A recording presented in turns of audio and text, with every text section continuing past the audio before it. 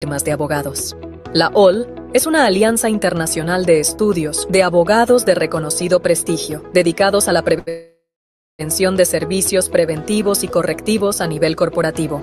Actualmente contamos con más de 20 firmas de abogados de reconocido prestigio en los países donde opera. Entre ellos encontramos a los siguientes: Brasil, Nelson Williams Advogados; Chile, Lagos McLean Abogados; Colombia, Brick Abogados; Uruguay, Pérez del Castillo Abogados; Perú, Torres y Torres Lara Abogados; Ecuador, Ceballos Casals Balseca y Bilbao Abogados; National Legal Hub; España, EJASO, International Member of ETL Global; Portugal, Cruz Roque Semiao; México, Tavares y Tavares Law Firm; Venezuela, Ponte Andrade Casanova; Bolivia, Lazo de la Vega Abogados; Italia, Carneluti Law Firm; Costa Rica, Surcher Odio y Raven Abogados; Argentina, Badeni, Cantillo, Carricart, Bilbao Abogados; Honduras, ADV Law Firm; India, Surana y Surana International Attorneys; Polonia, EMDDP Outsourcing; China y Vietnam,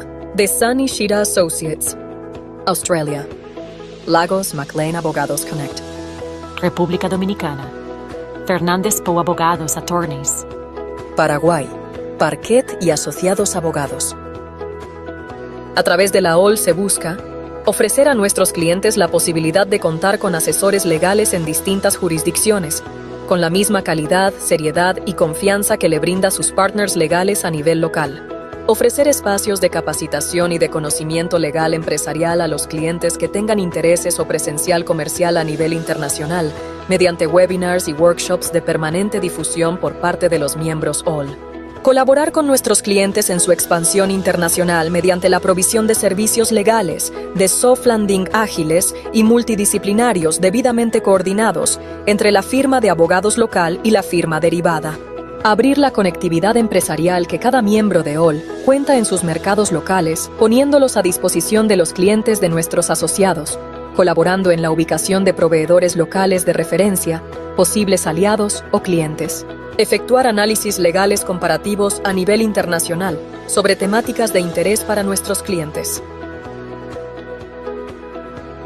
Juntos somos más, juntos somos OL, Alianza Legal de Firmas de Abogados.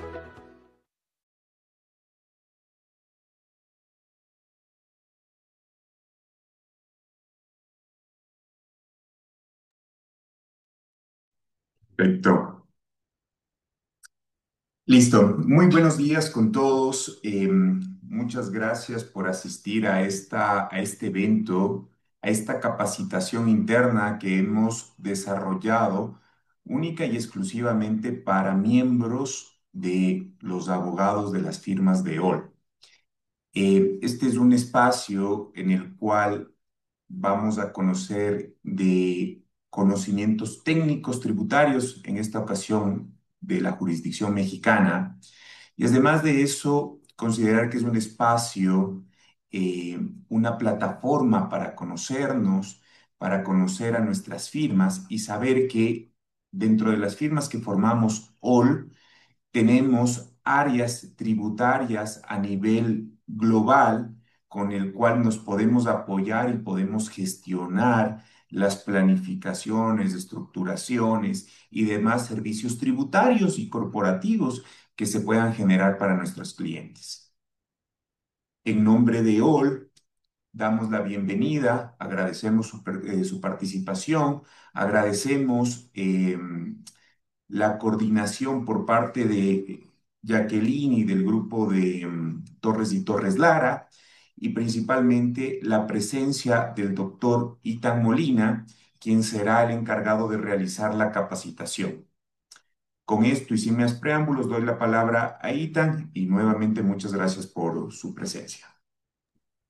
Muchas gracias, Carlos. Es un gusto poder compartir este espacio. El tema que nos atañe el día de hoy es la residencia fiscal de las personas jurídicas en jurisdicción mexicana.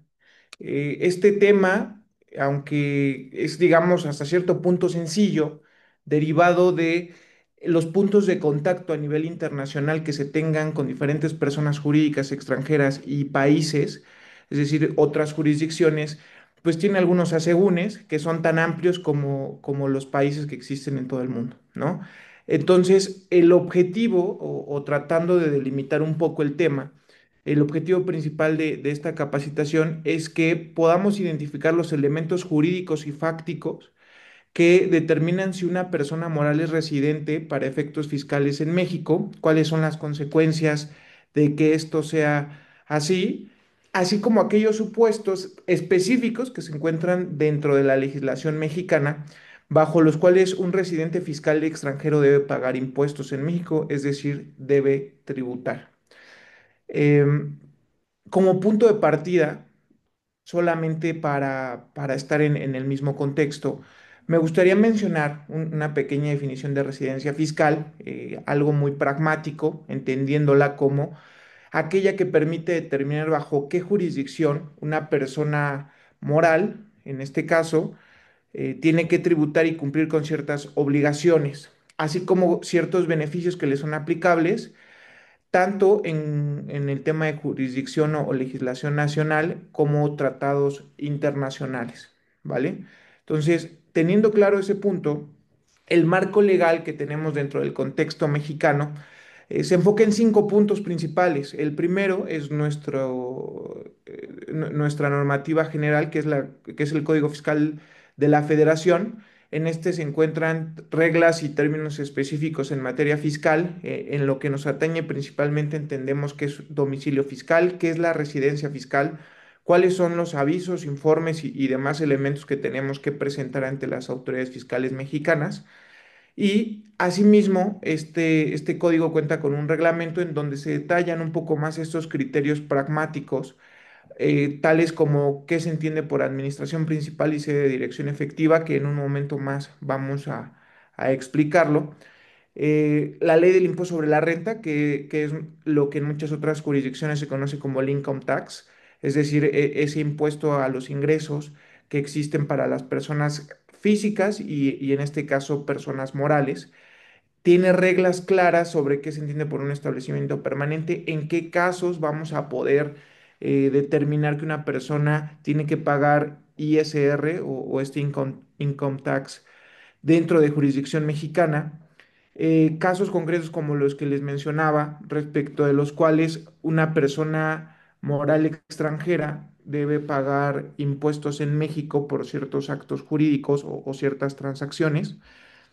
La ley del impuesto al valor agregado, que es lo que en otras jurisdicciones se conoce como el VAT, el Value Added Tax.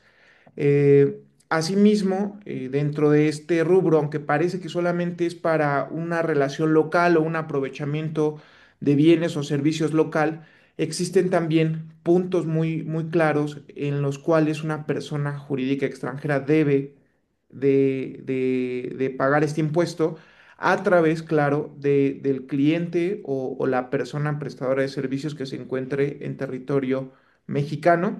Y finalmente, como mencionábamos hace un momento, tratados para evitar doble imposición, que son el gran beneficio de México es que tiene celebrado con muchas jurisdicciones, con muchos países, lo cual permite la posibilidad de obtener beneficios fiscales en los puntos de contacto que se tengan respecto de transacciones internacionales.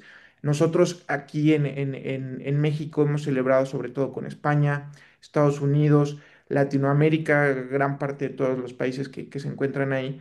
Y eso lo que nos ha permitido es darnos cuenta que México realmente tiene ese beneficio, ¿no? Hay veces que países no tienen celebrado este tipo de tratados para evitar doble imposición, entonces, muchas veces al determinar algo que se llama la renta global por una cuestión de residencia fiscal, eh, llegamos al punto en el que se puede acreditar una parte del impuesto, pero no se agota por completo. Entonces, llega a haber hasta un punto esta parte de doble imposición, cosa que México, en el caso concreto, tiene ese beneficio, tiene muchos tratados celebrados con diferentes países, sobre todo con potencias mundiales importantes, lo cual nos permite hacer esa triangulación de transacciones con una mayor eficiencia fiscal. Habiendo hecho este comentario, nada más que como un pequeño comercial, eh, vamos a entrar ya a materia, ¿no? En específico, los criterios para determinar la residencia de una persona moral se enfocan en dos puntos. La primera es que exista o que radique en México su sede de dirección efectiva o administración principal. ¿Qué se entiende por esto? Básicamente es el lugar en donde se toman decisiones. Dentro de nuestro reglamento al Código Fiscal de la Federación, explico un poco más este tema diciendo que sede de dirección efectiva o de administración principal se entiende en donde se encuentren la o las personas que tomen, ejecuten las decisiones de control, dirección, administración u operación de la persona moral, ¿de acuerdo? Esto es muy importante porque como el ejemplo más claro que tenemos es decir, es en donde se encuentra un CEO, en donde se encuentra un consejo de administración, en donde se encuentra incluso la matriz, hablando de grupos transnacionales que tienen operaciones a nivel mundial. Es tener la sede de dirección efectiva en México, lo hace residente fiscal. Eso es importante. Que es independiente al siguiente punto para determinar si una persona moral puede ser residente en México, que es el establecimiento permanente. El establecimiento permanente no es más que un lugar de negocios en donde se desarrollan parcial o totalmente actividades empresariales. Es distinta a la sede de administración principal, ya que una empresa puede tener sucursales, agencias, fábricas, talleres, que incluso por estrategia fiscal pueden segmentar la operación.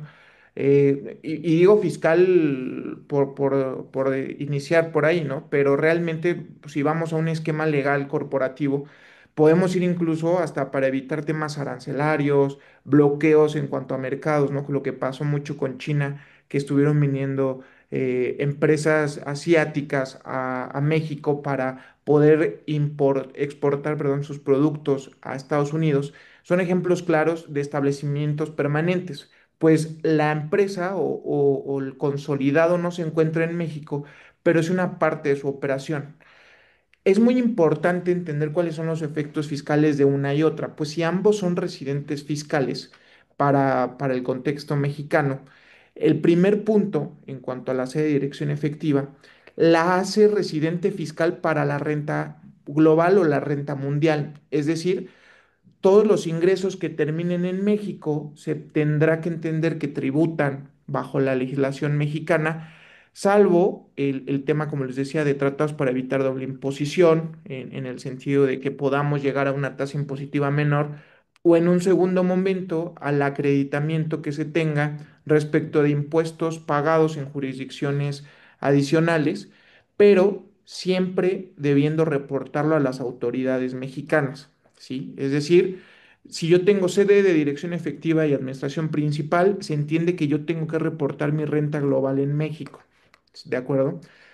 Diferente al establecimiento permanente, puesto que en el establecimiento permanente yo solamente reporto y tengo el tratamiento fiscal de los ingresos que se generen dentro del territorio mexicano o en fuente de riqueza mexicana. Es decir, si tengo una fábrica o un taller o una sucursal nada más, solamente voy a tener que reportar, pagar impuestos y cumplir con obligaciones dentro de jurisdicción mexicana por los ingresos y demás actividades económicas que se realicen por ese establecimiento permanente, por esa sucursal. Existen casos en donde un residente, perdón, de un residente extranjero que no es residente fiscal mexicano, puede optar por no inscribirse ante la autoridad fiscal mexicana, tener algo que nosotros le llamamos RFC, que es la clave del Registro Federal de Contribuyentes, que en otros países, pues, como una manera general le llaman Tax ID. eh, y entonces puede realizar actividades económicas en México a través de una sociedad mexicana, de una sucursal o de diferentes mecanismos, pero optar por no inscribirse. Sin embargo, existe lo que se llama clave genérica de contribuyente, con la cual se tiene que relacionar en ciertos documentos corporativos, ciertos trámites, con la finalidad de poder tener referencia a esa persona extranjera que, si bien no es residente fiscal en México, tiene esta identificación genérica, ¿verdad? Para realizar actos, ¿de acuerdo? Es muy importante relacionarla, por ejemplo, trayéndolo un poco al tema corporativo, porque dentro de la legislación fiscal se establece que el Tax ID de los accionistas tiene que estar relacionado en cualquier documento o acto corporativo, actas de asamblea, resoluciones unánimes tomadas fuera de asamblea y etcétera. En ese tipo de documentos, aunque el accionista extranjero que no sea residente fiscal en México tenga actos corporativos, tenemos que relacionar con esa RFC genérica para poder cumplir con ciertas normas fiscales, ¿de acuerdo? Entonces, este es el punto de partida, son los criterios básicos para determinar la residencia de la persona moral. Creo que hasta cierto punto son muy prácticos, ¿no? A diferencia de otras jurisdicciones en donde simplemente por la Constitución ya eres automáticamente un residente en el país, que en el caso mexicano puede ser una presunción, sin embargo, no radica ahí el punto principal, pero creo que son comunes, son hasta cierto punto sencillos, y bueno, si tienen preguntas más adelante podremos tocarlas, pero digo, a grandes rasgos, este es el punto medular, ¿de acuerdo?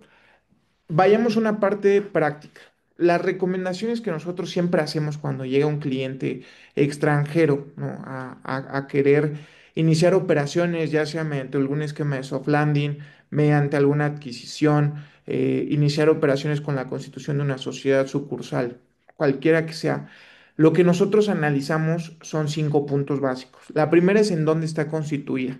Analizar esa jurisdicción de constitución para poder identificar si tenemos algún tratado internacional, si podemos quizás realizar algún esquema adicional dependiendo de lo que también se considere residente fiscal para efectos de la jurisdicción de origen. Sin embargo, esto es un punto de partida, no es definitivo, ¿de acuerdo? Pues el segundo punto es el que nos va a ayudar principalmente a entender la residencia fiscal, como mencionaba. Es en dónde está la administración principal o sede de dirección efectiva. Es decir, si quizá está constituida en Reino Unido, pero su sede de dirección efectiva está en Estados Unidos, eso cambia hasta cierto punto las relaciones que vamos a tener con las operaciones mexicanas, porque las sociedades, como les decía, Reino Unido, pero su sede de dirección principal o donde vamos a estar intercambiando flujos económicos es Estados Unidos, cambia un poco el paradigma o incluso nos han llegado a pasar en donde quieren trasladar su sede de administración a México. Entonces, de igual forma, cambia el tema de la residencia fiscal por los 2 puntos mencionados anteriormente. Si tenemos la administración principal en México, es residente para renta global. Si tenemos nada más un establecimiento permanente, tenemos entonces la obligación de solo reportar los ingresos generados por fuente de riqueza en México y nada más ver los puntos de contacto para acreditar impuestos entre una y otra jurisdicción. Sin embargo, ha llegado a pasar, ¿no? que incluso tenemos la misma administración se puede repartir entre diferentes jurisdicciones. Y en ese caso, lo que nosotros siempre buscamos es, pues como ustedes saben, la mayor eficiencia fiscal a partir de establecer o relacionar, ¿sí? La sede principal de negocios en el país que más nos convenga. Al final del día es un tema de interpretación porque no hay un porcentaje fijo en el que diga, bueno, aquí es donde está la sede principal, sino que nosotros buscamos irnos a la parte pragmática en cuanto a poder orientarlo hacia una u otra jurisdicción para tener mayor o menor beneficio. Pero bueno, ese es el segundo punto. El tercer punto es identificar en dónde se encuentran oficinas principales, activos fijos que generen la actividad económica, tanto a nivel nacional como internacional. Nos ha pasado con cadenas de hoteles que nuestra recomendación, quieren venir a invertir en México, en donde al final del día quieren entrar como persona jurídica extranjera, pero nuestra recomendación es mejor establecer un establecimiento permanente para poder controlar la renta y que no nos vayamos a una cuestión un poco más amplia en cuanto a la renta global, ¿no? Porque entonces ahí, si bien sucede, a veces está, insisto, en Reino Unido, Suiza, en otros países, también podemos generar ahí un conflicto que se va a tener que esclarecer mediante el tratado que se tenga con el país en concreto. Entonces, a veces es mejor segmentar la operación mexicana con el establecimiento permanente porque los activos fijos que están generando la actividad, en este caso, como les decía, en la industria hotelera, están totalmente en México y con base en eso poder controlar un poco más los flujos económicos. En México hay una regla en donde si las utilidades, entendiéndose por aquellos ingresos por dividendos que devienen derivado del término del ejercicio social hacia los accionistas de la persona moral, no se paga impuestos sobre la renta siempre que sean entre morales mexicanas. Es decir, si mi holding es mexicana, yo no pago ese impuesto sobre la renta. De tal suerte que si yo tengo la operación muy segmentada en México, puedo llegar al punto de poder compensar o controlar los flujos económicos anuales para poder distribuirlos cuando yo lo requiera y poder, conforme a eso, hacer una planeación fiscal un poco más interesante. Es en donde les menciono que nosotros analizamos muy claro el tipo de negocio, dónde están estos activos fijos, oficinas principales, para poder determinar una correcta planeación fiscal. El caso de la cadena hotelera es, como les decía, un ejemplo muy claro, en donde pues, los activos fijos están en México, la renta va a ser mexicana, pero al momento de estar mandando ya dividendos, nos conviene segmentar, incluso establecer una holding mexicana para que tengamos esa protección patrimonial en donde las utilidades o dividendos no queden en la operación, sino que se vayan a la holding y que en la holding ahora sí ya tengamos como accionista a las personas extranjeras y controlemos los flujos económicos conforme también se requiera, ¿no? De ahí, pues podemos establecer otro tipo de figuras con transparencia fiscal que sin lugar a dudas nos pueden beneficiar, pero, insisto, depende del caso en concreto. Y en el tercer punto, como les decía, de dónde estén estos activos que generan la actividad económica. El cuarto punto es si existe un establecimiento permanente en México, es como les decía, un parteaguas importante. Hay empresas que incluso solamente vienen por contratos a México, ¿no? El mercado mexicano es bastante grande y sin embargo no les interesa tener oficinas, no les interesa tener un corporativo, no les interesa incluso a veces tener trabajadores porque insisto, triangulan jurisdicciones para tener beneficios laborales y fiscales, se van y están contratando virtualmente a personas quizá en Argentina o en otros países donde el salario mínimo o los salarios son mucho menores, reducen costos y al final del día prestan el servicio para empresas mexicanas. Entonces, es importante también entender, como les decía, el negocio, pero como cuarto punto es definir si existe un establecimiento permanente en México. Finalmente, tratados aplicables, como les decía, en México existe una gran variedad de tratados para evitar doble tributación que benefician mucho, o claramente algunos más que otros, en donde nosotros hemos visto mayor eficiencia fiscal es con España.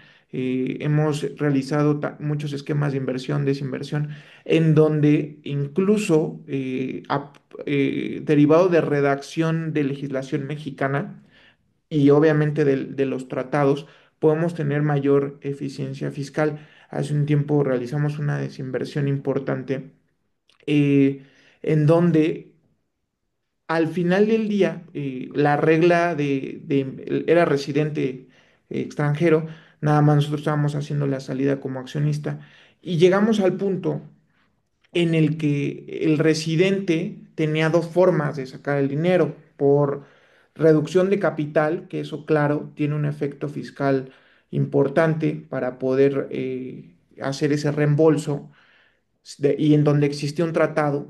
Y luego teníamos por otro lado una prestación de servicio, una deuda por prestación de servicios no pagada. Al momento de hacer el análisis, nos percatamos y lo vamos a ver más adelante, pero me gustaría explicarlo en este momento, la redacción de la legislación mexicana decía que no, si la operación era entre partes relacionadas, si el pago se daba, perdón, entre partes relacionadas, eso es muy importante, decía, si el pago se da entre partes relacionadas, se presume que la operación se llevó a cabo en México, se debe de retener el impuesto sobre la renta y enterar a la autoridad mexicana, aunque el servicio haya sido prestado por un extranjero. Entonces, como justo hicimos la desinversión, amortizamos las acciones por pérdidas, y llegamos al punto de solamente pagarles el servicio para que con esto tuvieran la contraprestación por su salida. Como hicimos en el timing perfecto la desinversión, se llegó al punto en el que ya no eran partes relacionadas al momento del pago, por lo cual ya no se actualizó ese supuesto que establece la legislación mexicana como la presunción de que la operación se generó con fuente de riqueza mexicana, por lo que ya no se pagó un ISR por la transacción en México. Claro, el tema español no lo controlamos nosotros, pero cuando menos en la parte mexicana se logró una correcta eficiencia fiscal por eso, por un tratado internacional que no contemplaba el caso concreto, pero existía con un beneficio importante, y por una pequeña redacción en la legislación mexicana que nos permitió llevar a cabo esa eficiencia fiscal. Y así, un sinnúmero de casos pueden darse dependiendo del caso en concreto.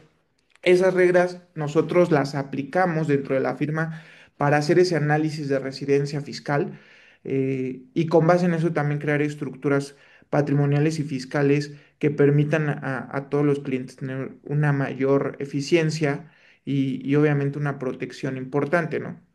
Incluso México, y así como existen muchos países con los que se tienen tratados para evitar doble tributación, hay países con los cuales no tenemos ni siquiera tratados para transmitir información. Entonces eso también nos permite que mandemos la holding para allá, y obviamente en caso de llegar a un tema de demandas que quieran escalar hacia los accionistas, pues resulta un poco más complicado. Es algo interesante el caso de México, que, insisto, depende mucho del país el concreto del que se trate, pero nos ayuda en el caso que en los casos que nosotros hemos visto, nos ayuda mucho a hacer este tipo de planeaciones y estructuras.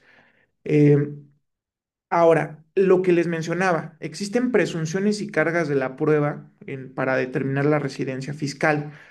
La carga de la prueba siempre está a cargo del particular, porque nosotros nos guiamos por el principio de autodeterminación, en donde la autoridad fiscal solamente recibe información y con base en eso, en algún punto ella podría revisarlo, pero el particular es quien debe determinar su residencia. El particular también es quien debe determinar los impuestos que le resultan aplicables dependiendo de la transacción, y el particular también, en caso de que la autoridad fiscal le requiera que aclare alguna transacción, pues deberá de presentar la información idónea, acreditando algo que nosotros llamamos materialidad, que es decir, que exista sustancia de las transacciones, fecha cierta, que podamos acreditarle que los actos fueron llevados a cabo en una fecha específica, razón de negocios, es decir, que no exista un beneficio fiscal mayor al beneficio económico que deviene de esa transacción, y pues también algunos otros elementos que sin lugar a dudas quedan a cargo del particular, y al final del día es quien tiene que acreditar,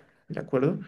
Em, Ahora, supuestos de presunción son dos a grandes rasgos, y ahorita les voy a decir por qué a grandes rasgos. El primero, hablamos de la nacionalidad de la persona moral, es lo que presume su residencia. Una sociedad constituida en México, perdón, se presume la residencia e incluso va a tener que tributar y seguir las reglas conforme a la legislación mexicana. Y- pero, como les decía, su residencia puede migrarse dependiendo de dónde esté su sede de negocios principal, convirtiendo incluso eh, su sede de constitución nada más en un establecimiento permanente. Es presuntivo, pero se tiene obviamente que acreditar en caso de que la autoridad fiscal nos lo determine o nos lo requiera, ¿de acuerdo? El segundo punto radica en los casos concretos dependiendo del tipo de la transacción y del impuesto. Les mencionaba uno hace poco, el tema de los servicios, en donde se presume que la fuente de riqueza estuvo en, en- en México porque la operación era entre partes relacionadas, ¿no? Entonces, existen más supuestos que vamos a verlos a grandes rasgos más adelante, pero son esas dos presunciones las que podemos tener en cuanto a la residencia fiscal para efectos del pago de impuestos específicos. Las obligaciones, nada más para no obviarlo, que se tienen por ser residente fiscal en México, recae principalmente en obligaciones de inscripción, darse de alta ante las autoridades fiscales, y declarativas. Las declarativas son mensuales, que nosotros les decimos declaraciones provisionales, y una anual, en donde se permite ciertas deducciones que solamente son anuales, obviamente compensaciones, tener un saldo a favor o en contra, que bueno, en México el tener un saldo a favor eh, difícilmente ya se puede reembolsar, se utiliza más justo para planeación fiscal en cuanto a pérdidas, para poder ir solventando el siguiente ejercicio.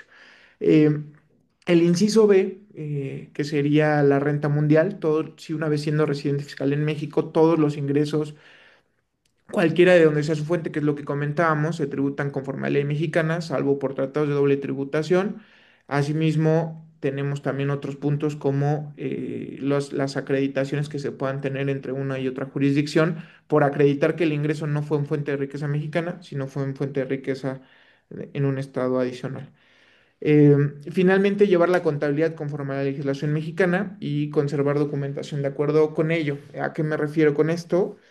Tenerla disponible siempre, son 5 años lo que se debe mantener en México la información contable y financiera en caso de que la autoridad fiscal lo requiriera. Dentro de la información contable o la contabilidad se integran muchos rubros como libros corporativos, documentos de soporte, como les decía, la materialidad que soporten todas las operaciones y que acreditemos elementos como les decía, fecha cierta.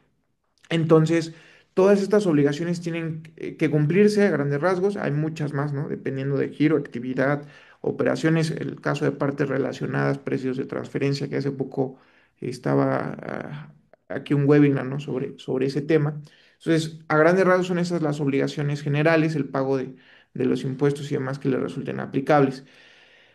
Em, Ahora bien, hasta aquí, digamos, es la parte general en cuanto a la renta que se genera derivado de ser residente fiscal en México, pero como les decía, existen casos concretos conforme, sobre todo en dos impuestos específicos, que es el income tax, nuestro impuesto sobre la renta, y el impuesto al valor agregado, en donde un residente extranjero debe tributar en México solamente por ese impuesto. Ojo, no lo hace residente. Lo que se hace ahí es que la parte mexicana, que siempre es donde una parte es mexicana, está obligada a retener y enterar, ¿no? Y muchas veces incluso a nosotros con clientes extranjeros nos ha pasado. ¿En qué sentido? Pues obviamente nos están pagando una consultoría y en muchos casos, pues sí, la consultoría no se genera ese impuesto al valor agregado porque pues es un servicio que, por así decirlo, se está exportando, es decir, no se está disfrutando en México hasta cierto punto.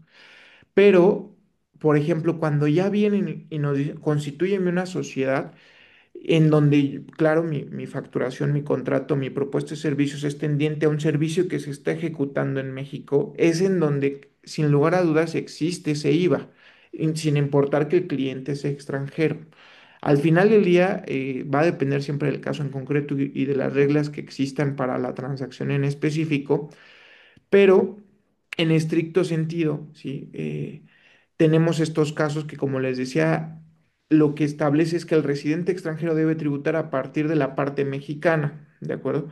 Es decir, la parte mexicana retiene y entera, y muchas veces ahí en donde, pues bueno, se tiene que pagar sí o sí, porque no se permite deducción alguna, sino que se retiene y entera el total del impuesto y se paga, obviamente, a la autoridad fiscal.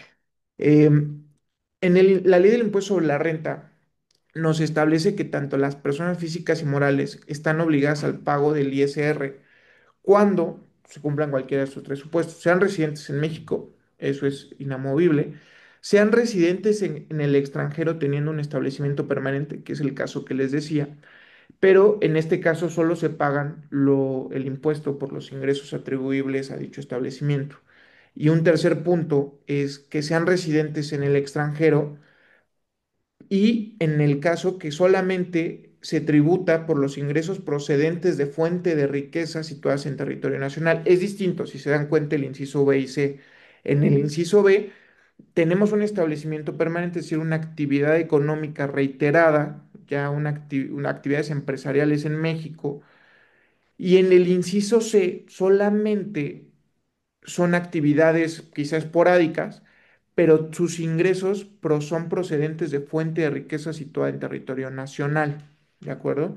Incluso aquí si vemos la parte adicional, dice, incluso cuando no tengan establecimiento permanente en el país o que teniéndolo, dichos ingresos no sean atribuibles a este. Es decir, yo estoy operando aquí una fábrica, pero voy a empezar a vender consultor, aquí es una fábrica de tecnología de la información de computadoras, software, hardware, pero estoy vendiendo consultoría a empresas mexicanas. Bueno, y lo vendo desde mi matriz en Chile, Colombia, en el país que guste.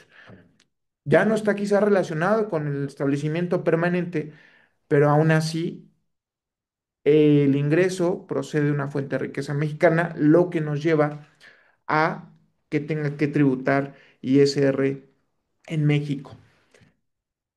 Existe como regla general entonces que el residente en el extranjero tributa en México cuando obtiene ingresos que vengan de una fuente de riqueza en México. Entonces nos vamos ahí a ciertos rubros. El primero es ingresos atribuibles a un establecimiento permanente, ese es muy claro, el que habíamos visto. Prestación de servicios personales o empresariales en México. Si se realizan físicamente en México, los ingresos son de fuente mexicana. O si se tiene un establecimiento permanente, la retención es del 25% del ingreso obtenido. Aquí insisto, sin deducción alguna, se retiene, se paga. No se puede. Quizá en la jurisdicción en donde termine el ingreso, que es de la empresa o la sociedad que prestó el servicio, se puede acreditar, sí, pero en México, cuando menos, no. Solamente se entera y se paga. Las presunciones que tenemos en este tipo de supuestos es, como les decía, cuando el servicio sea entre partes relacionadas, se entiende que se prestó en México y que la fuente de riqueza es mexicana, como el caso de la empresa española que les mencionaba. El inciso A sería cuando parte del servicio se presta en territorio nacional. ¿A qué me refiero con esto? Si nos vamos quizá a un tema de servicios legales, me están pagando por hacer estoy participando en dos M&As, uno es de una sociedad mexicana y uno es de una sociedad norteamericana. Una parte yo, quizás si tengo autorización y estoy aprobado por la barra de Nueva York, voy a Nueva York y hago el M&A allá, desarrollo el servicio y demás, pero otra parte va a ser sede mexicana por lo que corresponde a la parte de la sociedad mexicana. Entonces ahí quizá hago una factura global por el M&A completo en 300, 400 mil dólares, pero puedo segmentar, la legislación mexicana me permite segmentar la parte que se prestó en México, es decir, la venta de la sociedad en México y la venta de la sociedad en, eh, en el extranjero. Pero en este caso concreto, se tiene que acreditarle, porque recordemos que cuando hay una presunción, el obligado a acreditar es el particular. Se tiene que acreditar a la autoridad fiscal cuál o hasta qué porcentaje se prestó en México para que se tribute nada más o se paguen los impuestos por la parte proporcional prestada en México.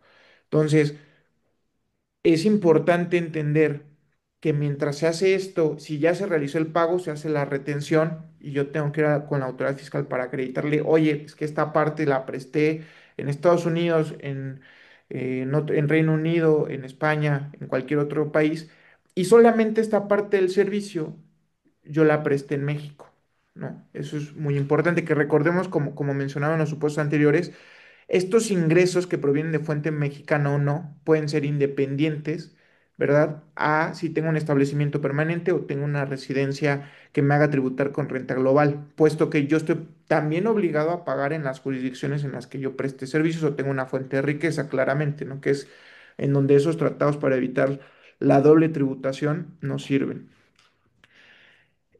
Otro caso son las regalías, los famosos royalties, en donde la obligación nace por el uso o goce temporal de marcas, patentes, know-how, software, franquicias y demás.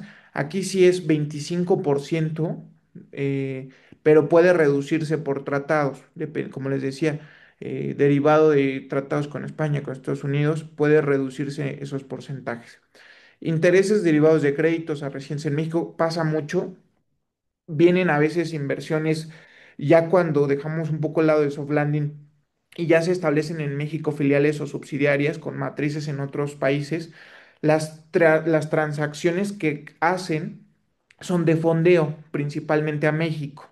Casi siempre lo hacen por periodos de 2 a 3 años. Nosotros bajamos la inversión por aportaciones de capital y demás.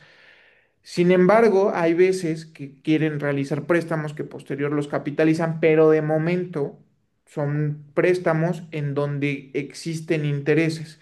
Los intereses que paga una persona residente en México se entienden como ingreso generado con fuente de riqueza mexicana y entonces se tiene que, antes de pagar el interés, retener, es decir, el depósito o la transferencia a la persona extranjera ya va con ese descuento y solamente se paga aquí el 20, no recuerdo, aquí es menor la tasa, pero sí se hace la retención y se envía nada más el remanente a la persona extranjera. Dividendos también pagados por sociedades mexicanas a residentes en el extranjero. Les comentaba hace un momento, si mi dividendo es de persona moral mexicana a persona moral mexicana, no hay ISR en México. Pero el momento en el que sale a un residente en el extranjero, a una persona moral extranjera o incluso física, entonces sí yo tengo que retener el impuesto correspondiente, que en México es del 10%, y mi obligado solidario aquí es la misma sociedad que está emitiendo el dividendo. Como estrategia, insisto, o sea, podemos seguir mandando flujos. A veces nosotros diversificamos para que no se vaya todo al 10. Hay algunas que incluso al momento de acreditar o retener el impuesto podemos bajarlo, pero la regla general es 10%. Enajenación de bienes inmuebles, sin lugar a dudas, mientras estén ubicados en México, se paga ISR. Enajenación de acciones también, aquí la tasa es distinta, es un 25%. Aquí, pues bueno, hace mucho sentido en el caso que les había comentado, en donde de una tasa superior que era del caso de la empresa española, que era el 25% por enajenación de acciones, eh, pues bueno, terminó sin un impuesto local, porque hicimos una amortización y después nada más la pago de una prestación de servicios, ¿verdad? Arrendamiento de bienes inmuebles utilizados físicamente en México. Igual, sigue la misma regla que la enajenación de bienes inmuebles, mientras los inmuebles estén, muebles y inmuebles, perdón, mientras los bienes estén en México, se tiene que pagar el impuesto y se entiende que la fuente de riqueza es mexicana. La ley del impuesto al valor agregado nos prevé igual algunos supuestos, los que sin lugar a dudas tengan o no establecimiento permanente deben de pagar son servicios digitales, ¿de acuerdo? Hablamos de streaming, plataformas de intermediación, de descarga, publicidad digital, almacenamiento en la nube y exportación de servicios o productos. ¿Cuáles son nuestros ejemplos más claros? Pues todas estas plataformas, Amazon, Netflix, etcétera, que tienen servicios digitales con almacenamiento en nube y demás, que sin lugar a dudas, mientras estén en México, tienen que, tengan o no establecimiento, ¿no? Porque justo el esquema de negocios de este tipo de empresas es, no tengo oficinas o incluso no tengo ni siquiera agencias de representación, pero tienen que pagar. Hace poco tiempo, porque esto tiene unos 2 o 3 años aproximadamente, que empezó todo este tema de cobrarse IVA a las plataformas digitales. Muchas empresas ni siquiera estaban dadas de altas para estos efectos. Entonces, el e-commerce derivado de la pandemia tuvo un boom. Hasta la fecha, yo creo que es una de las principales fuentes de adquisición de cualquier consumidor. Pero nos llegaron algunos casos en los que los clientes eran vendedores de las plataformas digitales y no les estaban pagando porque la misma autoridad fiscal no les tenía congeladas algunas cuentas porque derivado de que no se pagaba el IVA, ellos tenían este tema de no poderles pagar a sus proveedores, por así decirlo, ¿no? Que son todas las personas que vienen a través de estas plataformas. Fue un tema importante en México que hoy en día ya está regularizado, pero hace un par de años, unos 2 o 3 años, fue algo importante que bueno, fue interesante ver esta transformación inmediata, porque literal fue con una aplicación inmediata esa reforma. Prestación de servicios independientes utilizados en México, como les comentaba, siempre que el servicio se aproveche en México causa IVA o se preste en México causa IVA. Si se presta o se aprovecha en otro país, pues no se causa el IVA, pero sin lugar a dudas, tenemos que identificar claramente el tipo de servicio, ¿no? Sobre el cual se tenga que gravar este impuesto. Em, Uso goce temporal de bienes por un extranjero también, ¿no? México se ha convertido en un país en donde vienen muchas personas físicas, les rinden un poco más los dólares, ¿no? Hablando de Estados Unidos, pero al final del día todo tiene que pagar IVA, por más que seas extranjero, pues el servicio, en el caso del uso goce temporal, es decir, del arrendamiento, se está disfrutando en México. Importación de bienes, supuesto igual, y servicios físicamente prestados en México por un extranjero sigue la misma dinámica. A grandes rasgos, me gustaría, a manera de conclusión, mencionar que México tiene reglas un tanto restrictivas, ¿verdad? Por el tema de las presunciones que nos hacen que las operaciones con México tengan que ser analizadas muy puntualmente, pero también en nuestra experiencia, la cercanía comercial, aspectos comerciales, han permitido, y políticos, han permitido que estas barreras tributarias se puedan surfear o sortear un poco más, dependiendo de dónde vengan las jurisdicciones, incluso hacer planeaciones fiscales, como les decía. Pero hablando también de tasas, creo que no estamos tan elevados, dependiendo obviamente de qué país nos comparen, y se permite también realizar este tipo de esquemas de eficiencia y planeación fiscal, ¿verdad? Sin lugar a dudas, las reglas son sencillas hasta donde nosotros consideramos para determinar una residencia fiscal.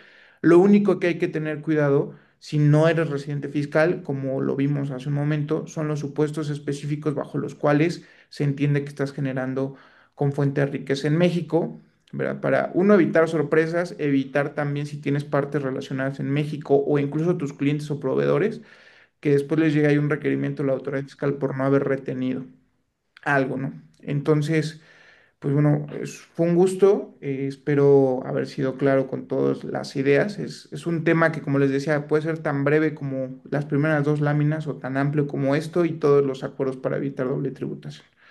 Pero quedo atento si tienen alguna pregunta. Muchas gracias, Itan. La verdad es que es un tema realmente interesante para todos los que estamos inmersos en el derecho tributario, tributario corporativo. Sabemos lo sensible que puede ser el tema de residencia fiscal por establecimientos permanentes. Tu exposición ha sido muy, muy clara. Invitamos a todos los colegas que tengan alguna consulta, que incluyan sus preguntas en el chat. Un poco, Itan, de la muy buena explicación que dabas, a mí me quedaron algunas inquietudes. En el caso, y un poco la idea es de hacerla en este punto como una charla, porque en realidad aquí estamos ya como colegas, ¿no? Como compañeros. Em, Sí. en el caso ecuatoriano, además del principio de residencia por administración, tenemos el caso por actividad económica. Entonces, se entiende que una persona es residente fiscal ecuatoriana si es que el 50% o más del monto de sus ingresos provienen de establecimientos permanentes en Ecuador, independientemente de que esté o no esté en el país. ¿Esa regla tal vez hay algún símil en México o en México no la tienen mapeada esa regla de establecimientos permanentes? Sí, como mencionaba, existen los dos supuestos. El establecimiento permanente que es de manera reiterada, ya con una Ujú, operación en México, sin importar qué ujú. porcentaje de la operación global, simplemente si tú tienes una operación reiterada, pues ya tienes el carácter de establecimiento permanente, tributas por los ingresos nada más que se generan ahí. Y en el caso de actividades esporádicas, solamente por los supuestos, pero un porcentaje fijo no existe. Mm. Interesante. Y tú mencionabas que en el caso de pagos entre partes relacionadas, se presume que la renta es local y tiene por ende que aplicarse la retención sí o sí. En el evento en el que entra en juego una jurisdicción que tiene un convenio para evitar la doble imposición, entiendo que prevalece el convenio y no le tendría que retener de acuerdo o retener la tasa en función del convenio. O es invertido, te retienen y después demuestras que no y te devuelven. ¿Cómo es el caso mexicano? En el procedimiento específico para este tipo de pagos de impuestos, se tiene que dejar una garantía o un responsable en México si no se Ah, quiere ok. pagar el impuesto.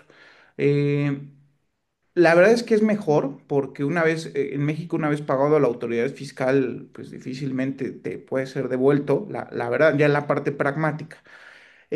Pero sí, se tiene esa opción. En el caso de existir un tratado para evitar doble tributación, en el que, pues claro, reduzca o elimine esa regla, sin lugar a dudas, subsiste el tratado por algo, permea una relación específica, pero en caso de que se decida o que exista todavía un impuesto, sí puede no pagarse dejándose un responsable y una garantía. Es un responsable en México. Justo con el ejemplo que les mencionaba también de la empresa hotelera, pasó eso. Ellos tuvieron que dejar un responsable en México con garantía, en donde nada más aseguramos el pago del impuesto correspondiente en lo que desvirtuábamos, porque también se justificó que no existía un impuesto sobre la renta.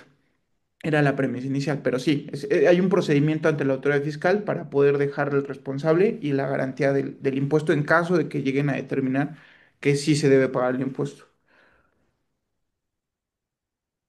Interesante. Voy a leer unas preguntas que están en el chat. Marcelo Sandoval nos pregunta, muy buenos días, doctor Molina. Una consulta. Una vez determinada la residencia fiscal, ¿qué diferencia existe entre tributar por renta mundial y tributar únicamente por ingresos atribuibles a un establecimiento permanente? Como les mencionaba, la renta mundial, al final del día, es un aspecto jurídico como pragmático, ¿no? En el pragmático, pues todos los ingresos llegan a tu matriz, es decir, en donde estás controlando toda la operación a nivel mundial, por lo que tú tendrías que acreditarle a las autoridades fiscales que ya pagaste el impuesto correspondiente, pues todos los ingresos se entienden como generados en fuente de riqueza mexicana. Cuando tú tributas nada más por establecimiento permanente, solamente se focalizan los ingresos con fuente de riqueza en territorio mexicano, por lo que no tienes que ni siquiera declararle ni demostrarle a la autoridad fiscal los demás provenientes de otras jurisdicciones o otro tipo de entidades donde hayas obtenido ingresos. Buenísimo. En el caso de una persona moral extranjera sin residencia fiscal en México, ¿qué tipo de ingresos provenientes de fuente de riqueza ubicada en territorio nacional generan la obligación de pagar el impuesto sobre la renta? Es como lo comentábamos, servicios donde se entienda que la fuente de riqueza, como regla general, donde la fuente de riqueza sea de fuente mexicana, y ya de ahí los casos concretos. Si eres plataforma digital, automáticamente mínimo el IVA tienes que estar pagando, pero nos vamos a los casos concretos en donde existan sociedades mexicanas, tu cliente sea mexicano, donde existe una conexión en concreto en México y además, pues obviamente entender el tema que mencionábamos de las presunciones, ¿vale? Y una consulta puntual. En el caso de del servicio digital, streaming y demás, ¿cómo cobran el impuesto en México? En el caso de Ecuador es a través de las tarjetas de crédito. Aquí el obligado es la plataforma. La misma Mm, plataforma, hay un régimen fiscal incluso específico para plataformas digitales. Ellos al final del día tengan o no establecimiento, como tienen operaciones en México, automáticamente cuando sus clientes son mexicanos tienen que pagar el impuesto, enterarlo, retenerlo y enterarlo a las autoridades fiscales mexicanas. Entonces, o sea, el cliente es sí, el que le retiene. así es, incluso ya en casos más concretos, ya los vendedores, por ejemplo, hablando de Mercado Libre, Amazon y demás, que son personas Ujú. físicas o particulares en general, la misma plataforma les puede retener también sus impuestos y enterarlos. No solamente aquellos que se generen por la plataforma, sino también por sus usuarios, que son vendedores. Mm. Y un poco, ¿cómo controla la administración tributaria mexicana, considerando que hay plataformas que en realidad les es independiente y no tienen ningún interés de abrir, o sea, de abrir operaciones físicas? Entonces, por ejemplo, no sé, me invento Netflix. ¿Cómo controlan eso? Esa parte la controlan, si bien desde un punto de vista jurídico también es pragmático. Existe un listado de plataformas dadas de alta para las autoridades mexicanas y es lo que les decía. Había muchas veces en donde los vendedores tenían efectos fiscales más fuertes o incluso no los beneficios que tienes por vender en ese tipo de plataformas que están reguladas o ya se regularizaron ante la autoridad fiscal, eh, en donde pues, tenían mayor carga impositiva de ISR, de IVA, no podían acreditar pagos de IVA y demás. Entonces, lo que hizo la autoridad mexicana es, te doy un listado de las plataformas que ya están regularizadas conmigo, que están dadas de altas y están en un correcto cumplimiento, y obviamente es una decisión del particular, pero como bien menciona, doctor, al final del día hay muchas plataformas que siguen operando y no, ni siquiera están cobrando IVA y ISR, ni mucho menos, están mapeadas por autoridades fiscales mexicanas. Pero cuando vamos a la parte del cliente, usuario y también de los vendedores que a través de las plataformas, pues son ellos quienes se ven forzados a dejarlas de lado para irse a mercados o plataformas más reguladas que les dan más beneficios fiscales. Esa es una parte que si bien lo hicieron jurídico, mediante los listados y las disposiciones emitidas en la legislación fiscal, pues en la parte pragmática fue más de costo-beneficio para todos sus usuarios. Qué interesante, interesante en realidad.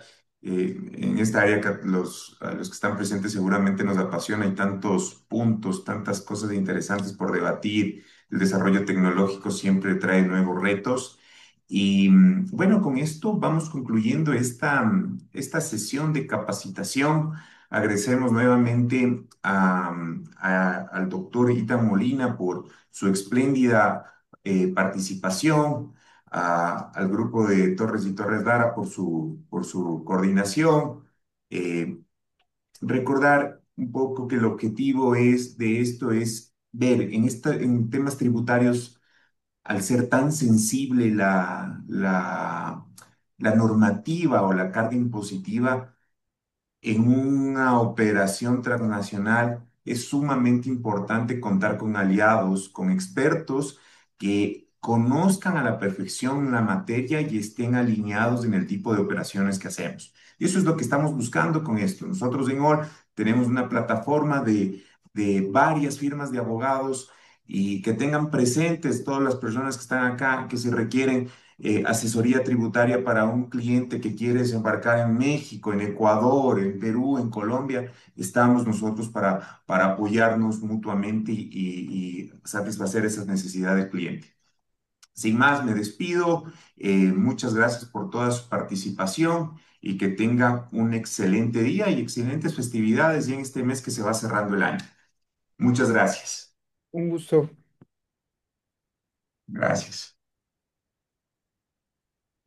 OL, Alianza Legal de Firmas de Abogados.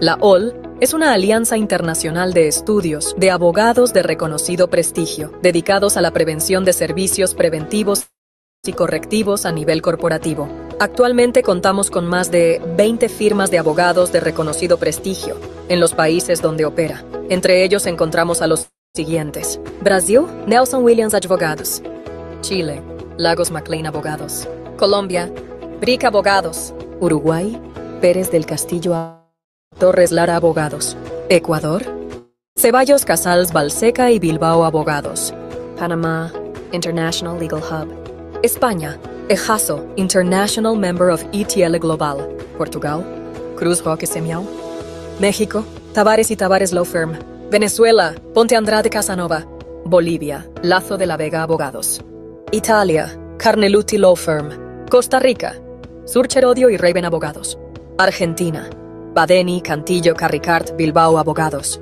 Honduras, ADV Law Firm; India, Surana y Surana International Attorneys; Polonia, China y Vietnam, Desani Shida Associates; Australia, Lagos McLean Abogados Connect; República Dominicana, Fernández Poe Abogados Attorneys; Paraguay, Parquet y Asociados Abogados. A través de la OL se busca ofrecer a nuestros clientes la posibilidad de contar con asesores legales en distintas jurisdicciones, con la misma calidad, seriedad y confianza que le brinda sus partners. Espacios de capacitación y de conocimiento legal empresarial a los clientes que tengan intereses o presencial comercial a nivel internacional, mediante webinars y workshops de permanente difusión por parte de los miembros OL. Colaborar con nuestros clientes en su expansión internacional mediante la provisión de servicios ágiles y multidisciplinarios debidamente coordinados entre la firma de abogados local y la firma derivada. Abrir la conectividad empresarial que cada miembro de OL cuenta en sus mercados locales, poniéndolos a disposición de los clientes de nuestros asociados, colaborando en la ubicación de proveedores locales de referencia, posibles aliados o clientes. Efectuar análisis legales comparativos a nivel internacional sobre temáticas de interés para nuestros clientes. Juntos somos más, juntos somos OL, Alianza Legal de Firmas de Abogados.